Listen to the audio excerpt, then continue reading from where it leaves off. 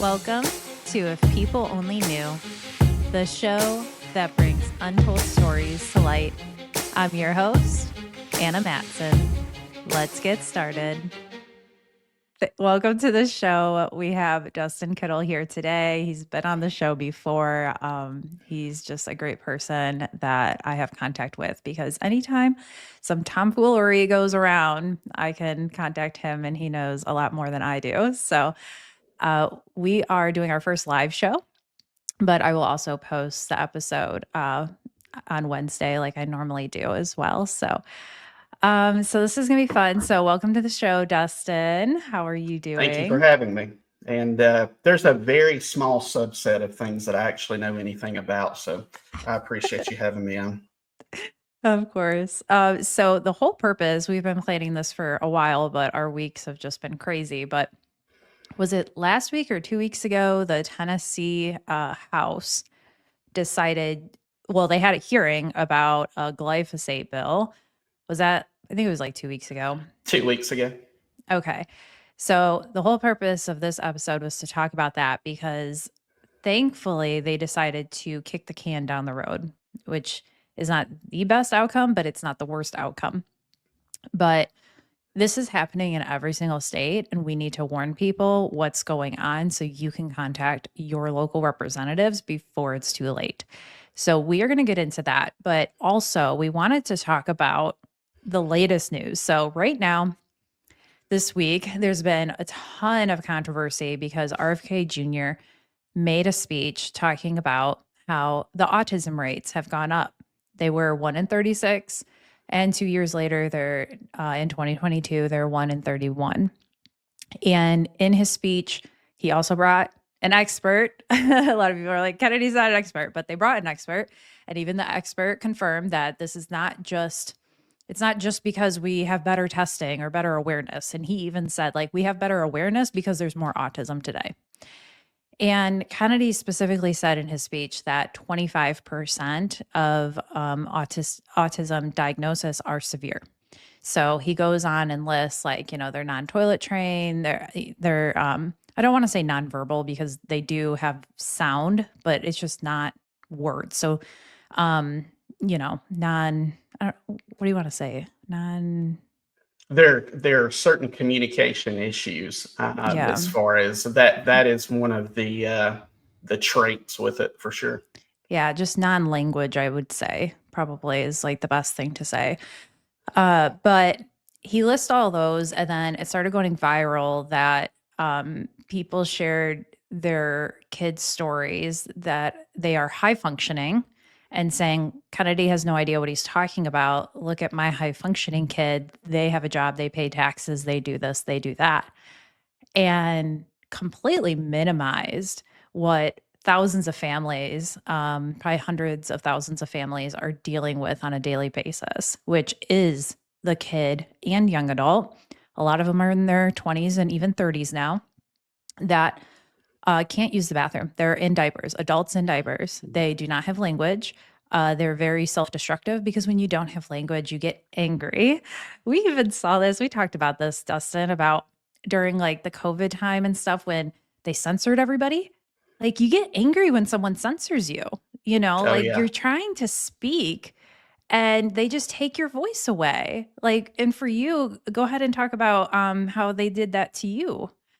Yeah. So, when I was on Facebook and had built up a great following of farm credit borrowers from all across the country that had experienced similar issues, we end up filing suit against President Biden related to the Farm Credit Board not being in place. And then, what do you know? Like 2 weeks later, Facebook disables my account. And for anybody that's going through something like that, to where you lose your voice all of a sudden, it is like there is a palpable fear that's related to that because speaking to my situation, that was the one thing I was never willing to give up was my right to free speech. And Mhm.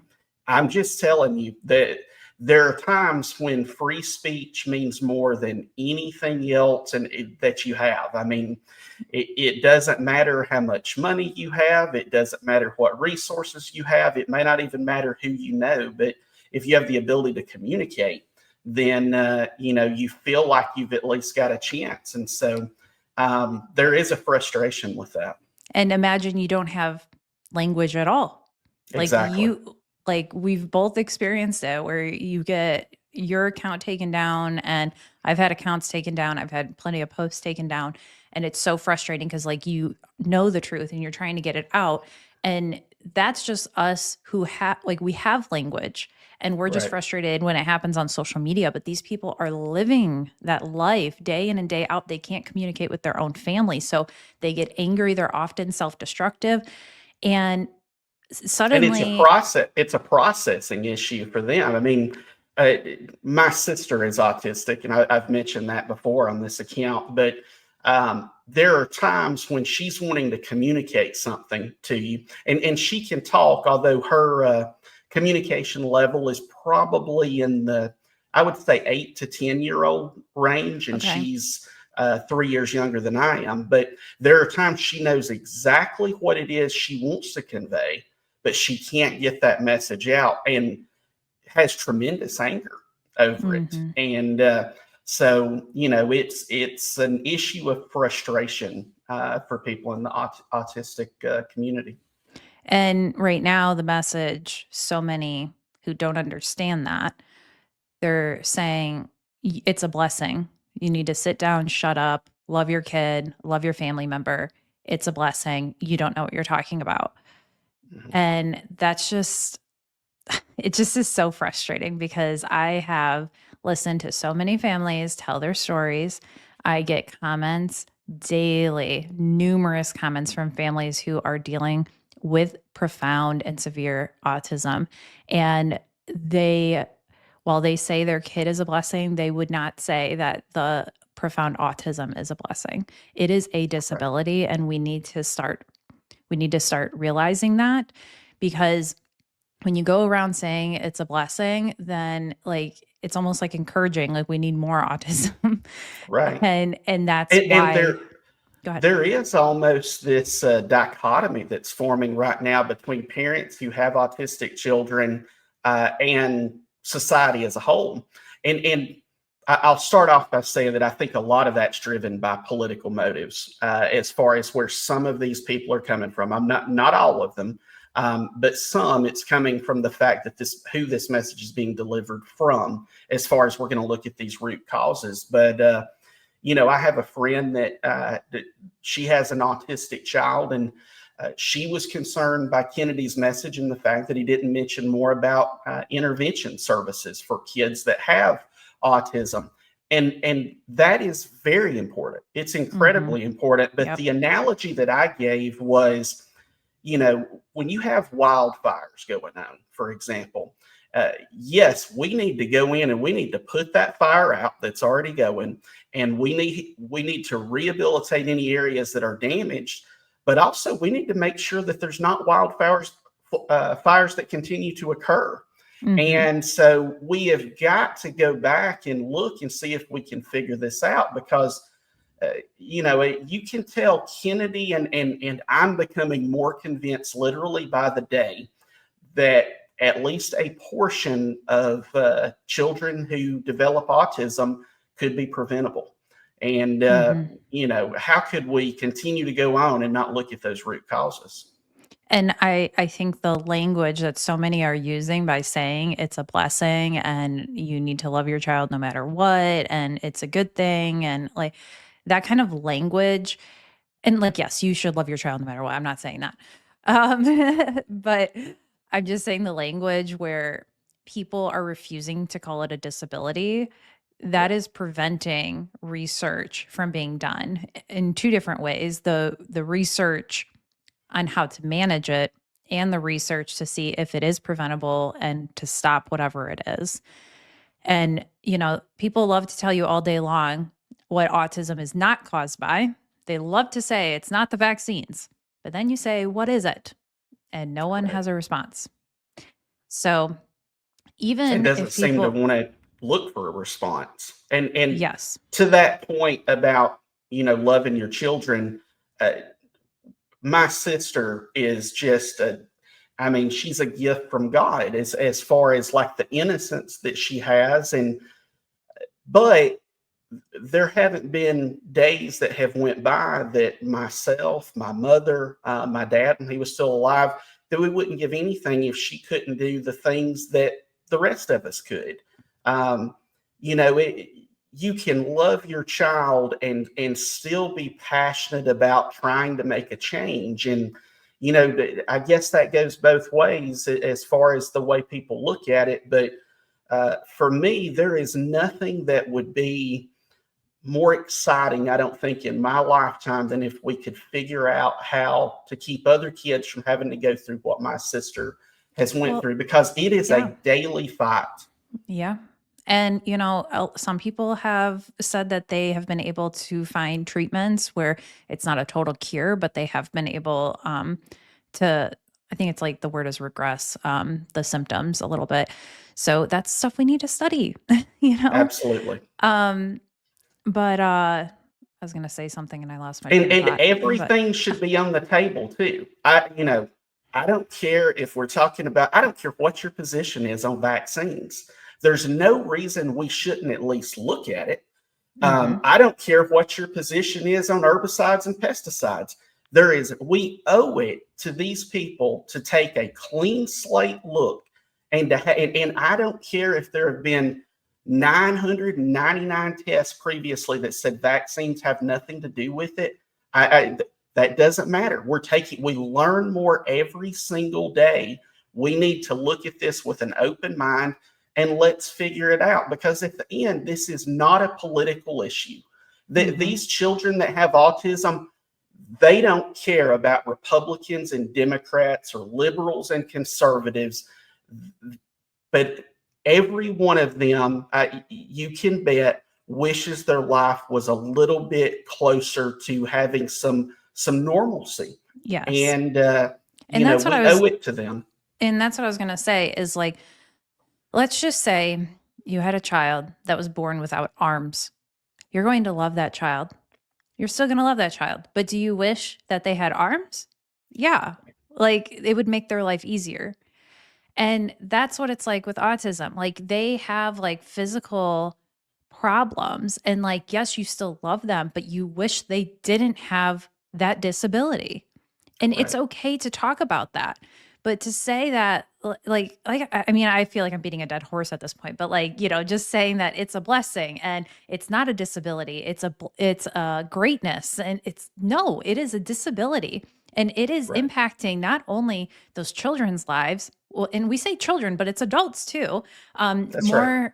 It's more and more common that adults are having it too. It wasn't always like that. It's not the same for 70-year-olds, but now we're seeing it in 20s and 30s because it is getting, it is increasing. The rate is increasing. And that's just something we need to realize. But, like I said, And like, of course, if you could take that pain away, you would want to.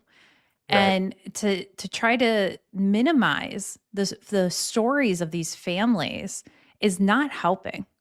Like we can talk about profound autism without dismissing when people are high functioning, and we can talk about high functioning without dismissing profound autism.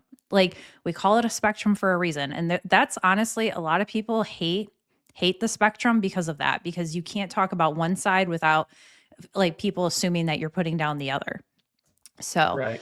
um but this leads us to what's going on because um, it's very similar to the glyphosate because, we talked, like some people would say, we have done studies about the vaccines and it's not the vaccines, but even studies can be hidden, they can be altered, they can have their bias. And when RFK Jr. started suing Monsanto for Roundup causing cancer. They found in the lawsuits that they knew it caused cancer. There were studies about it, and they hid it, and they colluded with the government to hide the studies. So that's why it's never a bad thing to do more studies, just in case those studies on vaccines and autism were hidden or biased or paid off. Why not just do some more? Why not just keep doing it to see, just in case? Remember, at a time And they said that it was okay to smoke and be pregnant and yeah, stuff.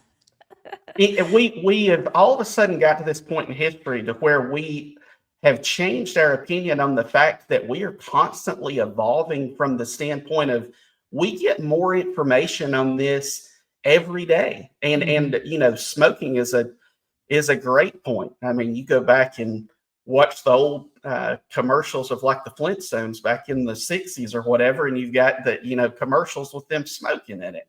Mhm. And now you think about what we know with lung cancer and with all of the ill effects of smoking, and that opinion has completely changed. The one other thing I'll say, and this is interesting from just a societal standpoint, but a lot of the people who are the most skeptical on vaccines are the people that are trying to give a pass to these herbicide and pesticide companies, and Yeah. which is surprising. That they don't want to hear on the one side that there have been prior vaccine studies that have found them to be safe. They don't trust that side of it. But all of a sudden, when it comes to glyphosate, they say, well, that issue's been decided. They've looked at it, and this is nothing but lawyers that are coming in trying to make money off of it.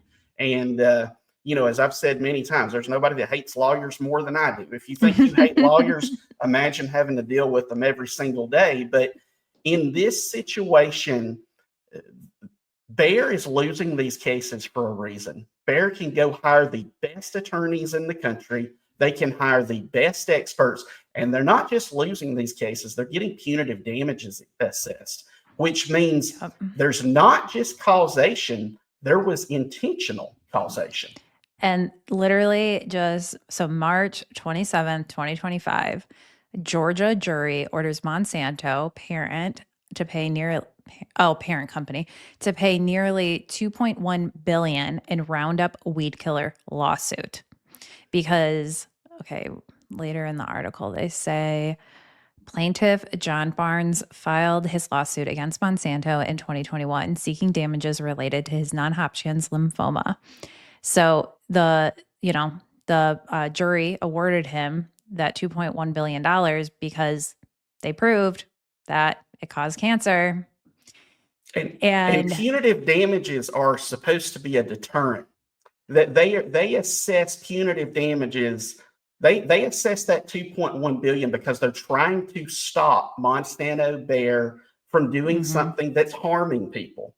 And we have literally taken these punitive damages awards, flipped them on their head, and said that's the reason that we need to give them immunity. I mean, Yeah, so it this it's is what's bizarre. crazy is they over the years, billions and billions have been paid out because people have proven that Roundup causes cancer. And instead of formulating a safe product or taking their dangerous product off the market, they are going state by state to bribe politicians to give them immunity from litigation, which is unconstitutional in my mind, but that's, I guess, another point. Well, it's So, unconstitutional per the Constitution. yeah, And yeah. the other side to all of that is the fact that these cases are being won across the country too. That this isn't some situation where you had one Ninth Circuit Court of Appeals ruling or some California federal judge or jury that made a decision. We're talking about Georgia. We're talking about the deep South agricultural Yep. uh, hotbed, and you've got a $2.1 billion jury award. And as we'll talk about, Georgia then becomes the very first state where their state Congress passed an immunity bill. So, yeah, that's what's crazy is like literally 2 weeks after that $1 billion lawsuit, Georgia passes bill to shield pesticide makers from lawsuits. And the article was just posted today. Will Kemp sign it because Congress passed it, but the governor hasn't signed it yet. So, Dustin, what have you found? Like, what's going on? Why isn't he? I think it's actually been 2 weeks since that bill was passed. So, what's going on with this? Like, is he going to sign it? Do we know? Like, what do you know? I don't think he's going to do anything. And logic might tell you, well, good. That means that the bill will go away. No, under the rules in Georgia, if he allows 40 days to pass post session, I think we're looking at like it would be the second week in May, it would become a law. So Governor Kemp, this would be my read as of today, and a lot can happen to put pressure on him. Certainly, every state that shuts down this bill adds to the pressure, but I think he will let that bill sit there and become law without him taking any action on it. And why would he do such a thing, Dustin? Why do Well, you? politics. I mean, it's pure politics. He doesn't want to be the bad guy to either side, and all of a sudden he can come out of this and say, "Well, I didn't technically have anything to do with it. I didn't take a position on it, and the state Congress passed it." But he knows exactly what he's doing. That is His exactly what he's doing. Yep. So he Yeah. can say he's not the bad guy if he vetoes it, because I'm sure, I mean, I can probably look it up, but I'm sure he's being paid off by Monsanto.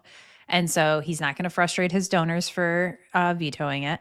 And also, by not passing it, he is going to say, sorry, residents, like I had nothing to do with it. It was Congress. So, but And by not doing something, there's only one entity that's pushing this harder than as hard as what the chemical companies are, and that's Farm Bureau.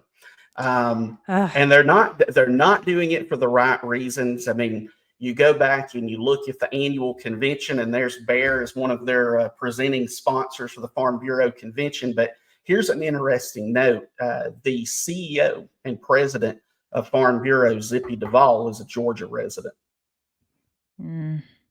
So you've got a pretty close connection there, and I would wager Kemp's future political aspirations, if he allows this to become law, will be sponsored by Farm Bureau as much as is possible. Yeah.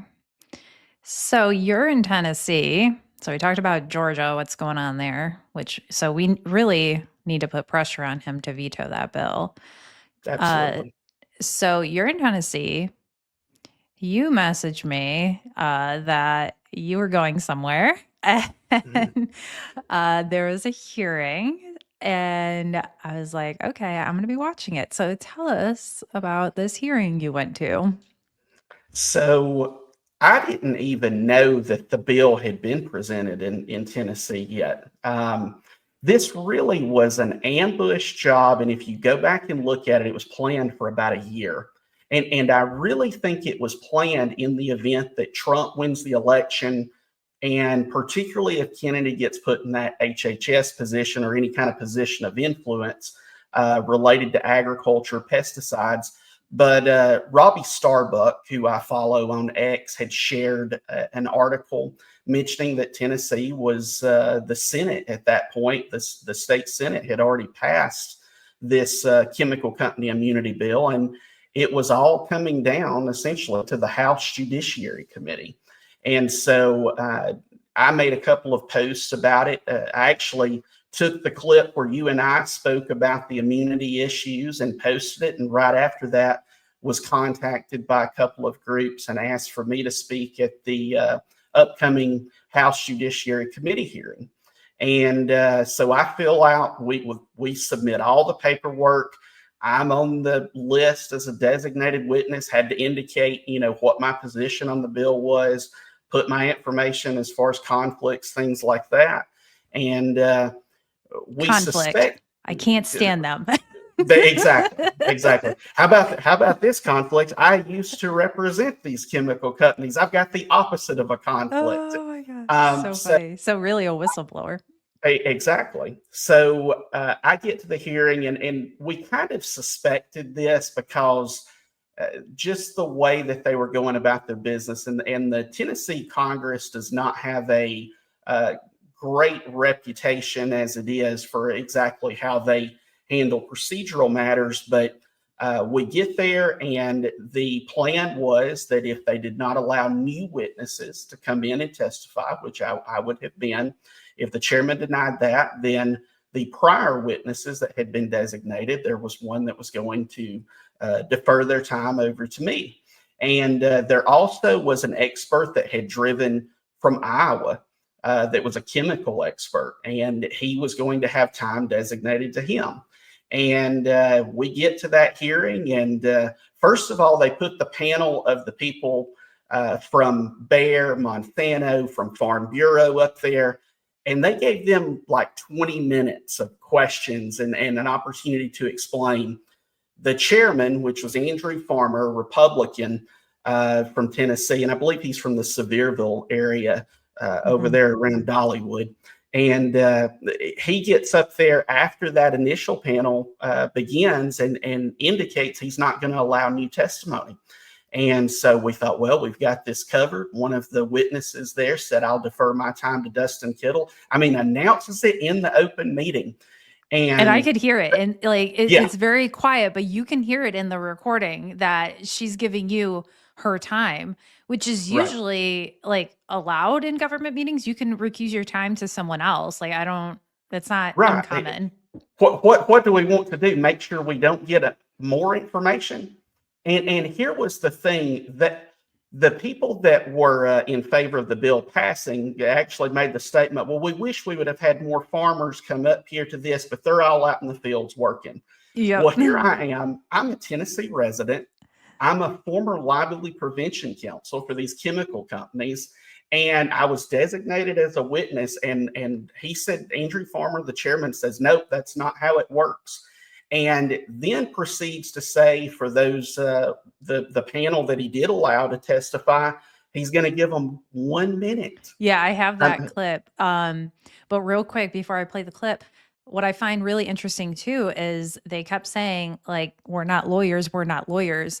And you right, literally are a lawyer. Like right. like they just keep saying, "Oh, we don't know this stuff because we're not lawyers." Why wouldn't you bring up the actual lawyer in the room then that is also a farmer that could that is an expert It, witness, really? But let me play that clip real quick. Several people. So I'm going to limit you all, members, we're going to limit them without objection to 1 minute apiece. 1 minute apiece. All right. Sir, if you go ahead and introduce yourself, we'll work our way down from my right-hand side down to the left. Hey, sir. Yes, sir. My name is Matthew Hinton. My speech is timed for 2 minutes because we had 2 minutes last week, so this is going to be really hard for me to complete this in a minute. Can you just give me 2 minutes, please? I mean, having to beg for an extra minute. This is I after was here the last week. Bayer You have 2 people. hours last week. All right. Member, crazy. you want to, members, what do y'all want to do? Do I have a motion for 2 minutes or do I have a motion for one? What do you want to do? One or two? Two? All right. Without objection, two. Like Give them 60 seconds. that is insane. But like, Farm Bureau, they could go on and on and on, whatever they wanted to say. And yeah, so before And, those and we're people talking about taking away people's right to sue if they get cancer. And and yes. and Andrew Farmer's up there like he's got lunch starting in 15 minutes and he's got to get the hell out of there. And I mean, we're about to pass a law that has constitutional implications. We're taking away an entire generation's right to sue chemical companies. And he wants to give 1 minute and doesn't want to allow new experts to testify. It was a railroad job from the start, and you see that he's a Republican. So was Rusty Grills, who was the sponsor of this bill, and it's incredibly disappointing. The people that were on the right side of this in the state legislature in Tennessee, by and large, were the Democrats. And it's like so backwards because usually the Republicans are like, follow the Constitution. And like, Exactly. where's the Constitution now? The Constitution says you can sue anyone. You have a right to a jury trial, anything over $20 of controversy. And people, I'm glad you like brought us back home on what this bill is. Like would prevent people from suing Monsanto or any pesticide company if they've been injured by products. And that's Right. insane. And like I said, like we already talked about, it would prevent that very lawsuit that just happened in Georgia where someone got $2.1 billion because they proved that their cancer came from Roundup. So you Right. want to take people's rights away so we just get cancer and just have to deal with it. And it doesn't just affect, like, some people might say, like, okay, just don't use Roundup. Like, that's your own personal choice. You should know better by now. Well, it's a forever chemical. So you can't use, your neighbor can't use Roundup without hurting you. So even if you don't That's right. directly use it, it has implications for all of us. So like I'm trying to find farmland right now and I do not want to be around other big commercial farms because I know that they use this stuff and it will certainly impact my land. So yeah, like I said, you can't hurt And yourself without hurting your neighbor too. And you've probably got some lobbyists out there that are beating their head up against the computer screen right now as they watch this, say, no, no, no, no, it doesn't take away all ability to sue. Here's exactly what it takes away. It takes away a failure to warn claim. That is what all of these cases are built around. When I was liability prevention counsel, I didn't give a rip about a design defect case because you've got to show alternative feasibility. And in the case of failure to warn, all you've got to show is that they failed to tell you something that was a risk. Monsanto tomorrow could end these failure to warn cases. You know how they could do it? If they admit that their product could cause people cancer. Mhm. Instead, they don't want to do that. And the reason they don't want to do that is because they manipulated the EPA into saying that the product was safe. And again, you talk about this flip between the national conservative movement and people like Rusty Grills here in our Tennessee state legislature, who is a Republican. What Rusty is saying is, I trust this EPA. They wouldn't lie to us. They wouldn't tell us that. And you think about how flipped that is as far as the mandate we just got over the fact that I mean, at this point, is there even a Democrat on the federal level that doesn't see some signs of corruption in the federal government? Yeah, I mean, the my EPA word. is completely corrupt. In this case, they've protected Monsanto for years. I've been studying what's going on from a biolab explosion in Georgia, talking to an EPA whistleblower, and they're like, they are in bed with all of these companies. They will not actually do real testing. Like they didn't even test the water. They only tested the air and said, well, it disappeared from the air within a couple weeks, so it's fine. They didn't test the soil, nothing. Because they know if they test those things, it's going to come back positive for all these chemicals and that it's caused all these people injuries. And that's not going to be good for business for that company. And Right. so obviously the EPA is in bed with all these companies and it's a disgrace. But real quick, I want to play a clip because I find this clip so funny from the hearing. Were adopted, it would take away from any Tennessean the right to pursue a registrant in civil court for negligence, for failing to provide factual information that should have been included on a label. Would that be accurate? That's a question I can't answer because that gets into a legal area where my expertise is not. Okay, so Now he'll come back and become a legal expert here in about another 10 minutes in that hearing after he says, oh, I'm not an attorney. Then he comes back 10 minutes later and says the exact opposite. I am so blown away by him saying that. Like when you watch like the full hearing, because he's like, I'm not a lawyer. I can't speak to that. And then literally rattles off, no, this won't take people's rights away. What are you talking about? I thought you weren't a lawyer. I thought you didn't know that stuff. Like it makes no sense. He makes the statement in that hearing that all we're trying to do is preserve the status quo. This doesn't change anything. Well, what's the need for the bill? Well, exactly. If we're preserving the status quo, there's not a need for any kind of legislation on it. So I have this other amazing clip. It was right like towards the end or at the end of the hearing from Rusty Grills, which you're talking about, a Republican. And do you know the other guy's name? He's a Democrat. We'll see the name on the screen. Shawman. But he just takes him to town, man. It's just, this clip is just amazing to really get a feel on what's going on right now. To court. We're giving the company a defense because of the label that EPA has given them.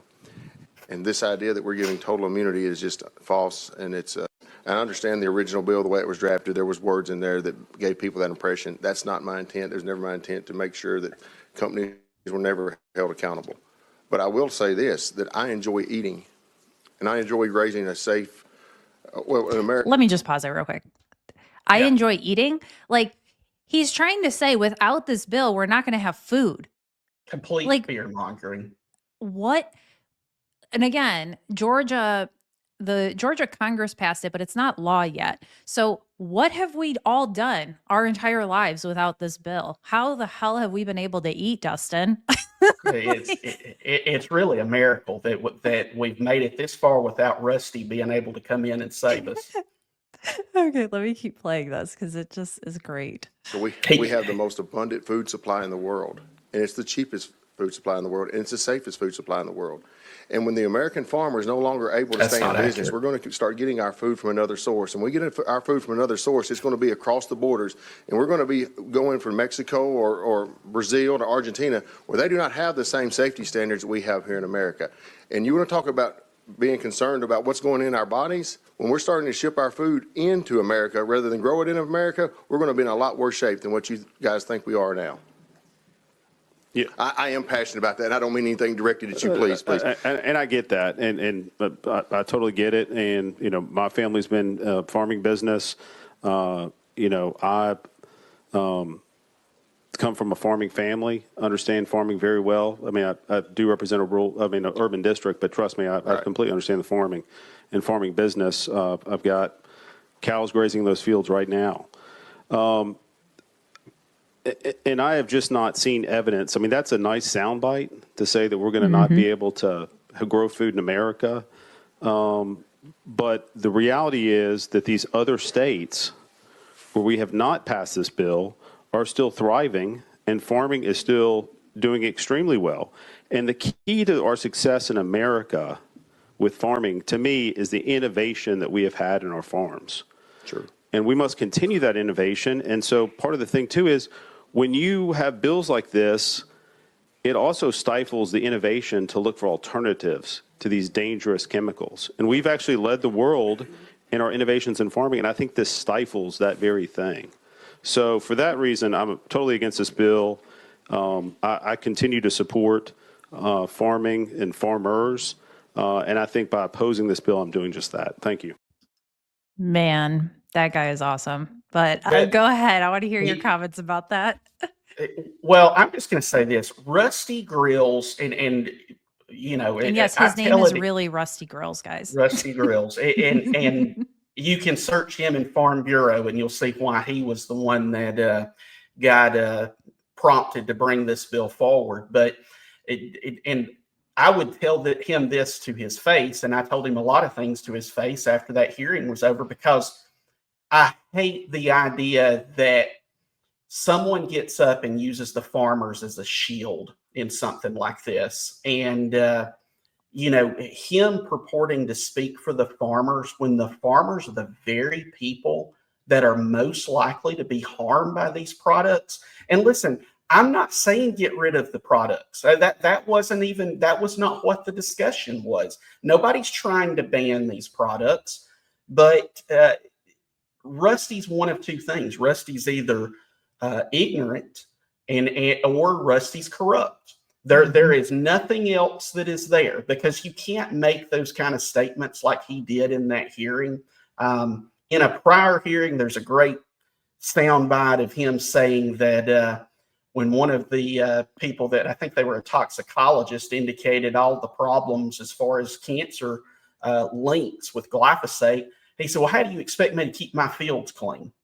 I mean, that's moronic, that statement. And I told Rusty when he walked out of that hearing, I met him. I said, "Hey, I'm a farmer here from Tennessee," and his eyes got real wide, like, "Oh, that's good." And then I said, "I'm going to do everything that I can to be sure you're never elected to office again," because he, again, He's either too dumb to be representing people, or he's too corrupt and too much in Farm Bureau's pocket. And at the end of the day, those are the kind of people that get us all hurt.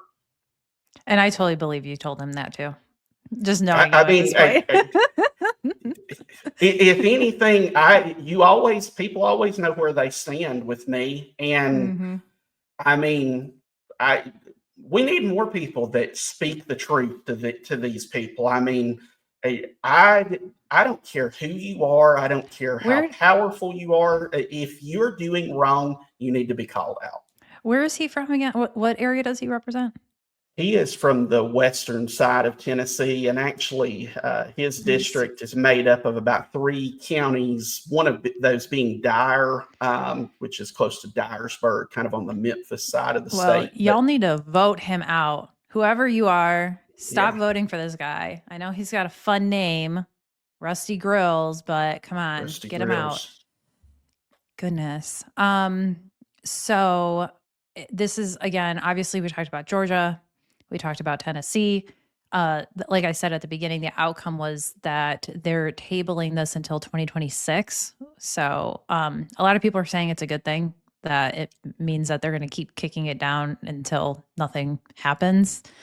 But it could happen in the future. We'll see what happens. I mean, I would feel much better if they voted no on it, obviously.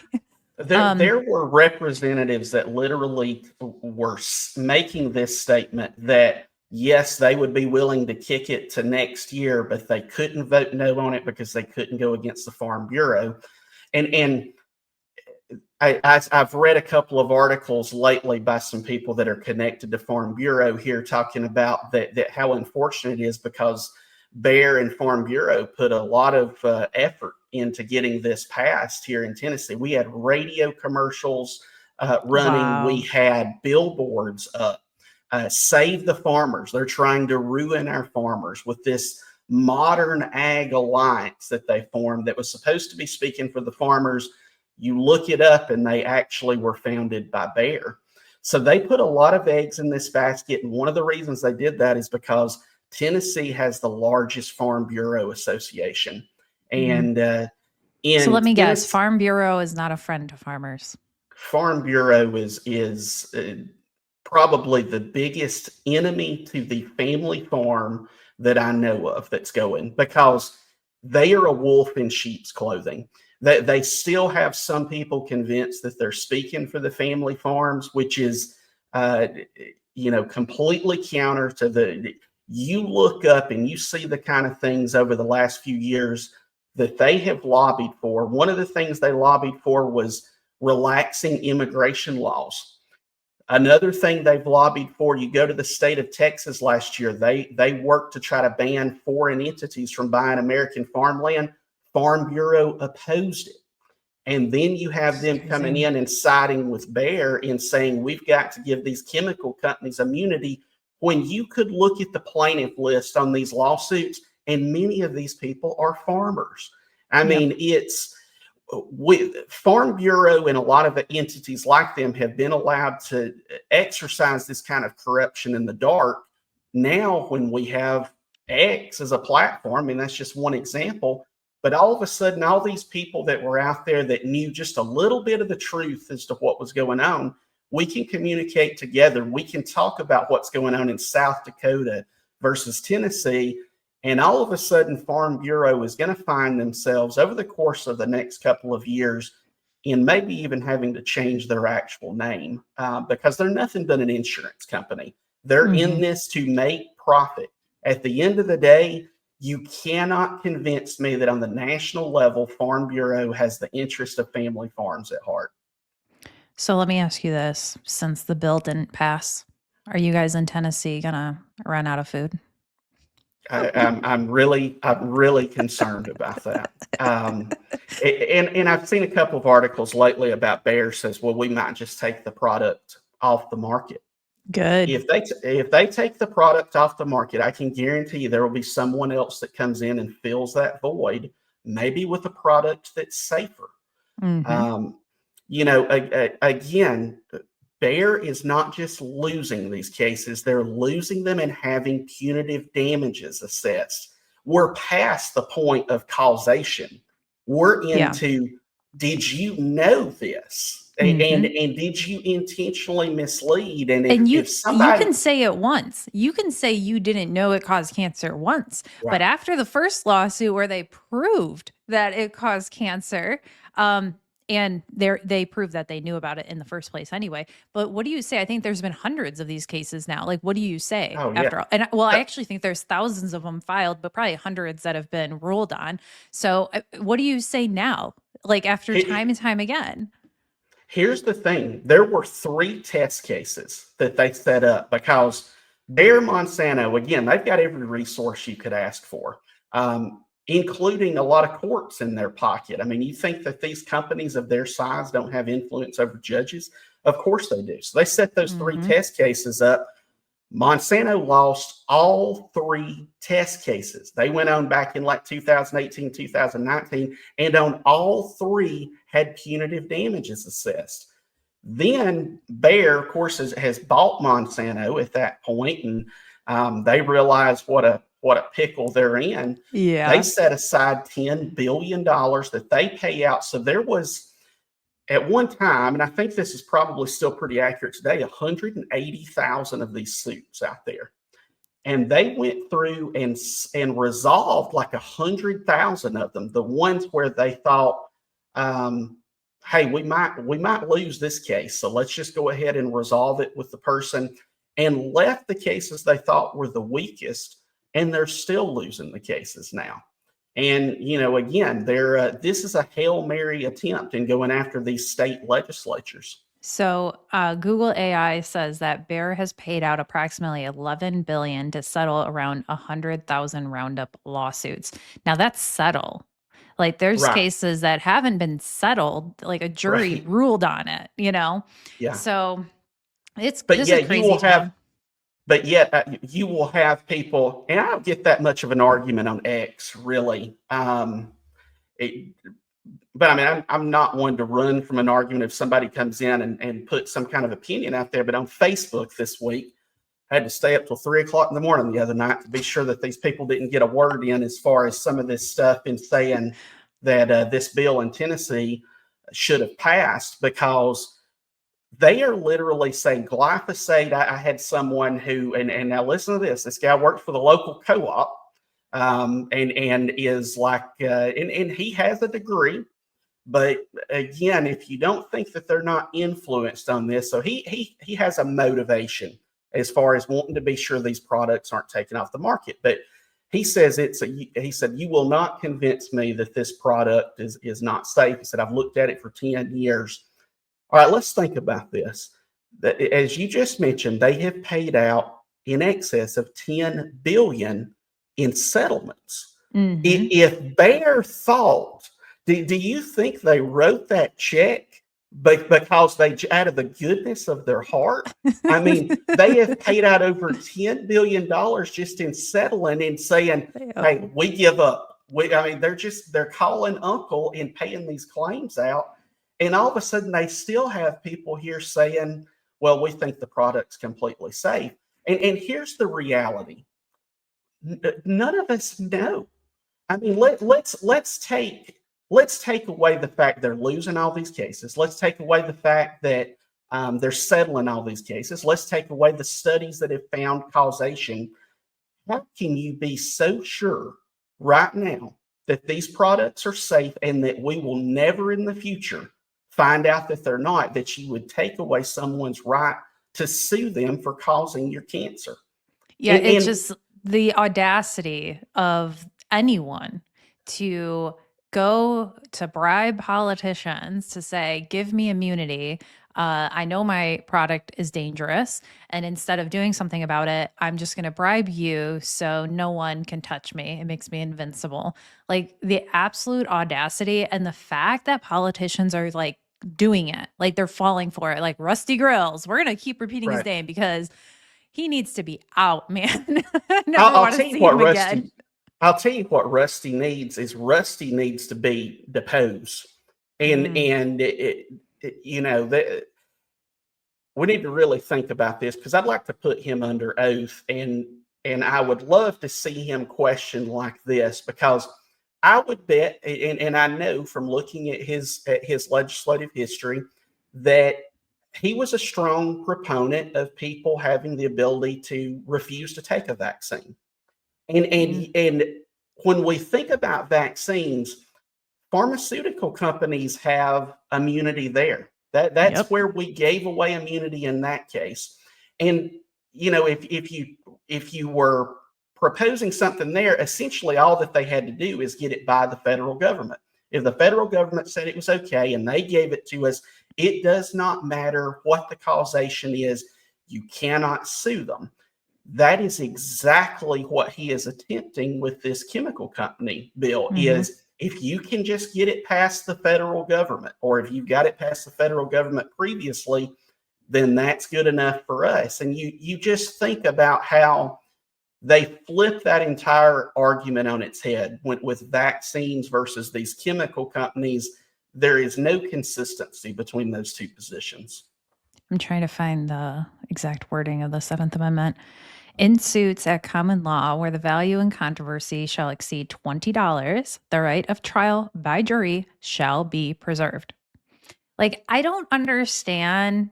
I actually, funny enough, you're going to find this funny. The other day, I had Grok on and I'm talking to it. I do this with Grok and ChatGPT to see different answers.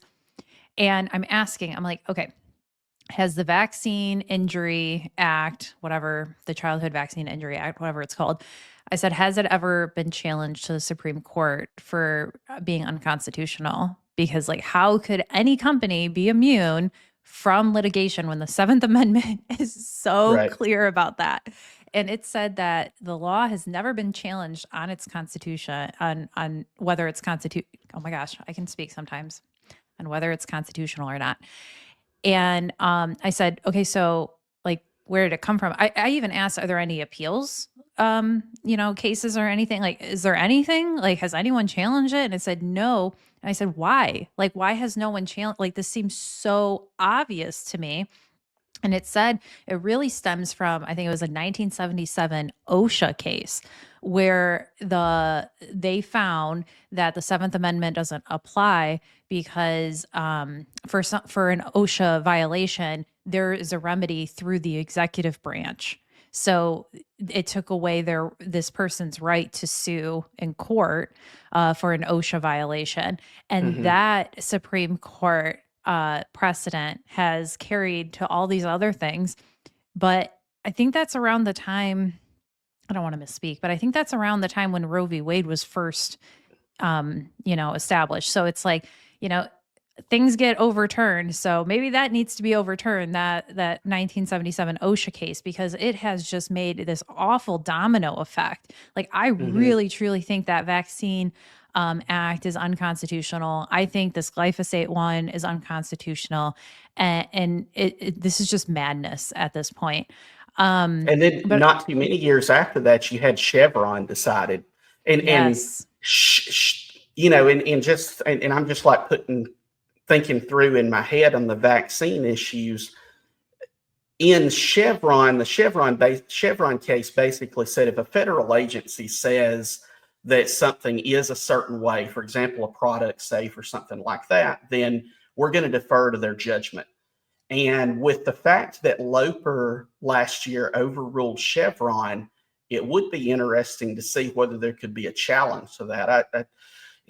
I've got about 9 other entities that I've got on my list to take on first, but that's probably something that somebody should. I mean, where are these? You got Robert Barnes, who does a great job of like taking on these cases, but where in the world are all these attorneys that could be helping us out a little bit in filing some of these cases to challenge this? I should have went to law school, Dustin. I'm telling you. Should have. We need to make it back again to where if you can just pass the bar exam, Yes. then we can prosecute a case, because Exactly. I'll just tell you that you don't learn anything in law school that I can teach somebody how to be a lawyer in about 3 or 4 hours and save the 3 or 4 years of law school. So, yeah. So, but let me ask you, you said how many states have bills that want to protect Monsanto? 21. Okay. And they've been strategic as far as where they have brought those bills. And this is where I figured out that this was a plan all along. There were some articles that were written about a year ago about that they were putting together a list of states that they were going to maybe propose this to. Mm. Oh, here's one other And important. instead of going, because the original talk was that they were going to try to do this at the federal level. So I'm assuming Right. they didn't think that they had the support there. So now they're going state by state, or maybe they think That's if they right. get enough states, it'll be easier to convince the federal level. I'm sure they've done market research to, find Well, all they've that. been told repeatedly by courts that they can't, that the EPA cannot trump state law claims. And they filed on, I know it was the Friday before we had that House Judiciary Committee hearing, but they filed a petition to the Supreme Court asking the Supreme Court to take another look at that issue as far as EPA preemption, which is really the exact same argument that they're asking these state legislators to pass. Yeah. And that was one of the things I sent out, and it got sent to a lot of these representatives, and Representative Bilso in that hearing. And I mentioned earlier that most of the people were Democrats that were on the right side of this. Bilso, I think, is a Republican, but was an attorney. I think he was like Cornell educated or something like that. Very sharp guy. He did a fantastic job. That was the representative in the first clip that you played. But he brought up this. He said, and he brought this up to Farm Bureau and Bear. Why are you asking us to vote on this now when on Friday you just filed a petition with the Supreme Court asking them to do the same thing? Shouldn't we wait to see what they say about it? But the reality is, the Supreme Court, they asked this very same thing 3 years ago, and the Supreme Court refused to take the question up. They didn't even think that it warranted a review. So, there is talk that maybe they'll take a look at it this time. My point to these representatives was, if the Supreme Court takes this issue up and they say, no, there is not preemption by the EPA, then all of a sudden that law you just passed is going to not only be unconstitutional, but it's going to be against Supreme Court precedent, and it's going to get struck down. So why do you even want to put yourself out there on a controversial issue like this? And I do think that had something to do with them kicking the can on down the road. Yeah. So to wrap up, I'm going to answer first though, but I want to end with what do you wish people knew? And I wish people knew that Monsanto is coming. Bayer that owns Monsanto is coming after all of us. They're coming after our farmers. They're coming to your state, and they are trying to pass a bill that is clearly unconstitutional. They know that their product causes cancer. And instead of fixing that, taking their product off the market, taking the cancer-causing agents out of their product, they are trying to hide from the free market.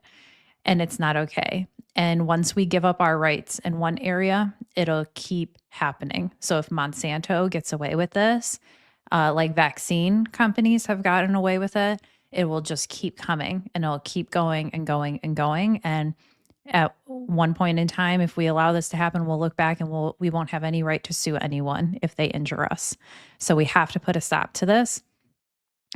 So Dustin, what do you wish people knew about this?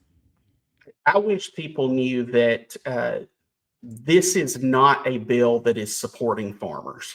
And you have Bayer, Monsanto, this manufactured entity, Modern Ag Alliance, that all these groups have surrounded themselves around Bayer.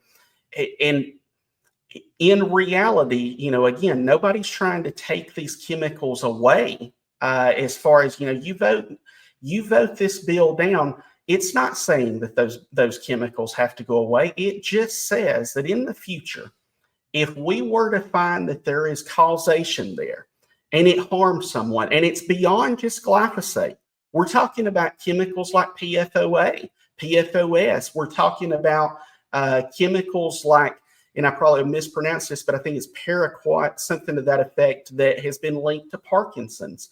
It's not a singular issue here. They're trying to get immunity for all of these products. And while you might hear a farmer who has been manipulated, who has been fear-mongered into believing that it's going to impact them, as a whole, when this issue is explained to the public, to the farmers, and you get past all of this lobbying BS from these entities that are trying to fearmonger, this is going to help no one but the chemical companies. And there will be farmers that will look back 10 years from now and think, man, I wish I would have knew then what I know now related to these chemicals. I've used these chemicals in our farming operation in the past. I've had to change my views on a lot of this as more evidence comes out. And in 10 years, there's probably going to be even more change in the way that we have to do business. But this is not an effort that's being pushed or led by the farmers. The farmers are having their voice hijacked by a Fortune 500 company and an insurance company that, again, does not speak for the family farms. They might speak for big agriculture at the very highest level and corporate farming, but they don't speak for your neighbor that has a 100-acre farm that's trying to get by. And at the end of the day, these kind of efforts is what has led to the decimation of family farms. And you know, that is a message that I feel like is getting more traction in people being able to understand it as it's told. And as bills like this come forward where these entities reveal themselves, I think the American public becomes more aware, more skeptical, and understands the broader picture. But if we understood all of that and we just operated by the law of common sense, we would be a whole lot better off. And I always like to say, like, what can we do about this? And I'm going to lead by example because in an hour, I'm going to see my senator and I don't know what to call him. I guess my local senator. People think when I say my state senator, I'm talking about the one that goes to Washington, D.C., but I'm talking about the one that goes to my state capital. Like every state has a Congress. Every state's Congress, you have a senator and a House of Representative. So I am going to meet with my senator and warn her that this is probably going to come and she needs to be prepared for that and just get ahead of it. And I really hope everyone does the same thing. Really, please reach out to your representatives, even if you don't have the time to meet with them. Just write to their office and say, whether the bill is introduced already or not, I'm against it. It's going to hurt our farms and it's unconstitutional. And it's going to make a really dangerous domino effect in the future for people who get injured by anyone. So that's what I want to leave people with, Dustin. It is always a pleasure. Thank you so much for joining. Where can people find you, Dustin? I am on X at Dustin Kittle, and don't even try to go to Facebook. It's a mess right now, me having to fight off these locals. So just stay on X. Okay, awesome. Thank you, Dustin. And I will see you guys all next week. Thanks.